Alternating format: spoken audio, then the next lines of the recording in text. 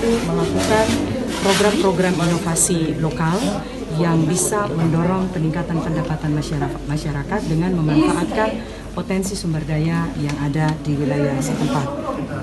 Kemudian kami juga memberikan penugasan kepada kepala daerah kader partai baik di tingkat provinsi dan kabupaten kota untuk membangun sinergi dalam mendorong kebijakan politik dan politik anggaran, kebijakan politik dan politik anggaran yang benar-benar pro rakyat. Jadi ini tugas bersama kepala daerah, kader partai dan fraksi PDI Perjuangan di seluruh kabupaten kota di Maluku, bagaimana dalam beberapa tahun tersisa ini kita betul-betul memastikan bahwa apapun kebijakan politik dan kebijakan anggaran yang dilahirkan itu adalah kebijakan yang pro rakyat.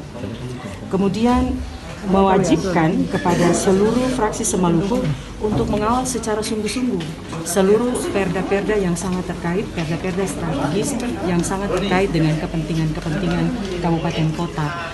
Beberapa perda yang coba kami identifikasi dalam pembahasan di Rakerda 2 dan Rakor Fraksi itu adalah perda peninjauan RT/RW, kemudian perda-perda adat yang sementara dibahas, lalu perda penyertaan modal PI 10% pemerintah kabupaten kota. Terima kasih sudah nonton, jangan lupa like, subscribe, dan share ya!